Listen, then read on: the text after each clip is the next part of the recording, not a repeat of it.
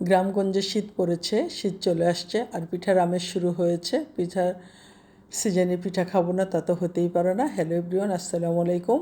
আপনাদের জন্য নিয়ে এসেছি আজকে আমি চুই পিঠা বানাবো। এটাকে অনেকে সেমাই পিঠাও বলে জানে, আমরাও সেমাই পিঠা বলি, চুই পিঠাও বলি। তো আমি এখানে পিঠাটাকে তৈরি করার জন্য প্রথমে চাউলের গুঁড়ি নিয়েছি। চাউলের গুঁড়িটাকে আমি ভালোভাবে গরম পানি করে গরম পানিতে সামান্য একটু লবণ দিয়ে সিদ্ধ করে নিয়েছি। এটা আমি স্কিপ করেছি কারণ ভিডিওটা বড় হয়ে যাবে।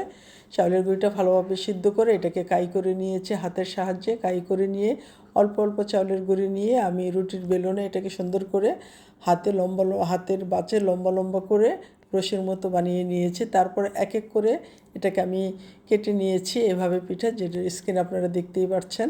তো কেটে নিয়ে এখানে আমি 3 কেজি দুধ নিয়েছি। দুধটাকে ভালোভাবে জাল দিয়ে ঘন করে নিয়েছি। তারপরে বলকা নিয়ে এখানে আমি দিয়ে দিচ্ছি সেই পিঠাটা দিয়ে ভালোভাবে পিঠাটা ফুটিয়ে নিয়েছি। তারপরে এখানে আমি দিয়ে দিচ্ছি এখন খেজুরের গুড়টা আমি যশোর থেকে অর্ডার দিয়ে নিয়ে আসছি বানিয়ে।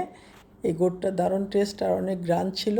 তো গুড়টাকে আমি এখানে দিয়ে দিচ্ছি, দিয়ে সুন্দর করে নেড়েচেড়ে এটা কালার নিয়ে আসছি। এখানে আমি চিনি ব্যবহার করব না, সম্পূর্ণ গুড়ের উপরেই এই চুই পিঠাটা রান্না করা হবে এবং এই চুই পিঠাটা খেতে দারুণ টেস্ট হয়, অনেক সুস্বাদু হয়।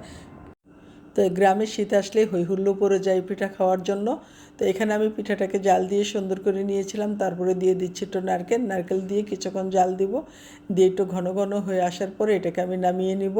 এবং নামিয়ে শীতের এই দিনে রাত্রের বেলায় পিঠাটা রান্না করা হয়।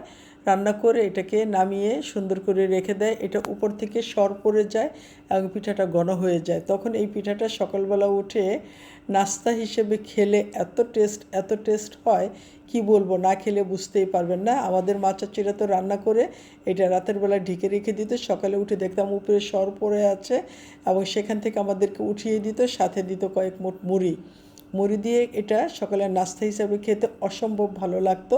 তো তোমরা আপুরা যেখান থেকে আমার ভিডিওটা দেখছো একটা লাইক দিয়ে সাথেই থাকবে আর এইভাবে খেয়ে দেখবে।